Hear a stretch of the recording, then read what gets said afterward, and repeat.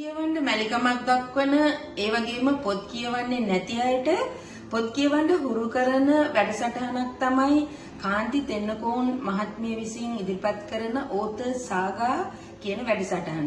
මේ වැඩසටහන විසිරුවා හරින්නේ පිකබුක් කියන Facebook සමූහය ලොව පුරා විසිරී තිබෙන සමූහයක් ඒක. අද සමාජයේ වෙනත් මාධ්‍ය විශේෂයෙන් YouTube වගේ ශ්‍රව්‍ය දෘශ්‍ය මාධ්‍ය දියුණු වෙලා තියෙන කාලයක තාක්ෂණය දියුණු වෙලා තියෙන කාලයක පොත්වලට හුඟක් අය නැඹුරු වෙනවා හරිම අඩුයි.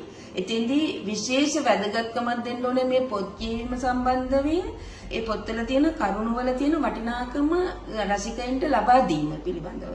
අන්න ඒක නිසා තමයි මම හිතන්නේ මේ කාන්ති තෙන්නකෝන් මහත්මියගේ මේ වැඩසටහන ඉතාමත් වැදගත් වෙන්නේ ඕතර් සාගා කියන එක.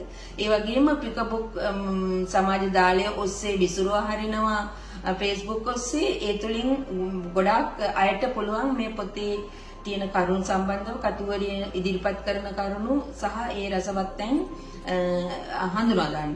ඉතින් ඒකෙන් මට හිතෙනවා මේ වැඩසටහන තුලින් ලොකු මෙහෙවරක් අද රසික සමාජයට සිද්ධ වෙනවා කියලා. ස්තුතියි.